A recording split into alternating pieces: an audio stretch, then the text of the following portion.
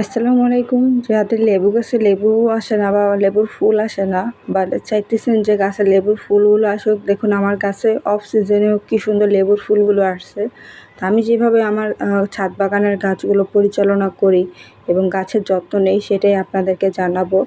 যে আপনাদের লেবু গাছের ক্ষেত্রে সবচাইতে বেশি যেটা কার্যকরী সেটা হচ্ছে পটাশ সার।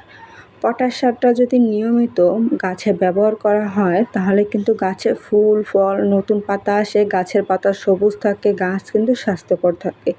তো আপনার গাছটিকে যদি আপনি ভালো রাখতে চান, গাছটিতে সারা বছর ফল চান, তাহলে সবসময় পটাশ সার ব্যবহার করবেন। পটাশ সারটা মাত্রায় কম ব্যবহার করবেন, মাসে 2 বার ব্যবহার করার চেষ্টা করবেন, 15 দিনে 1 বার করে। আপনি যদি চান বেশিও ব্যবহার করতে পারেন, তবে আমি মনে করি আদর্শ হচ্ছে মাসে 2 বার পটাশ সার ব্যবহার করা। পটাশ সার নিয়মিত ব্যবহার করতে পারলে গাছে ফুল আসবে, ফল আসবে, গাছ সবুজ থাকবে, পাতাগুলো সবুজ থাকবে, গাছেও নতুন নতুন পাতা আসবে, অফ সিজনেও আপনি ফল পাবেন। যারা আমরা ছাদ বাগানি আছি, আমরা কিন্তু দেখা যাচ্ছে গাছের প্রতি অনেকটাই যত্নশীল বা অনেক সময় দিতে পারি না।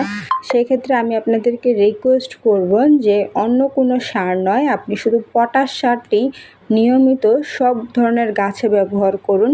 ঠিক মতন গাছে পানি দিন, কারণ যেহেতু ছাদে আমাদের এই গাছগুলো থাকে, তাহলে আমরা যতটুকু পানি দিই অতটুকু পানিই কিন্তু ওরা পায়।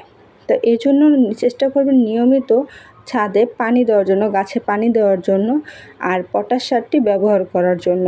অনেকে অনেক ধরনের পরামর্শ দিয়ে থাকে, তবে যেইটা দিয়ে আমি সব সময় সুফল পেয়েছি, আমি চেষ্টা করি সেটাই আপনাদেরকে জানানোর জন্য। আপনারা পটাশ সার ব্যবহার করুন, দেখবেন ফলবান পাবেন।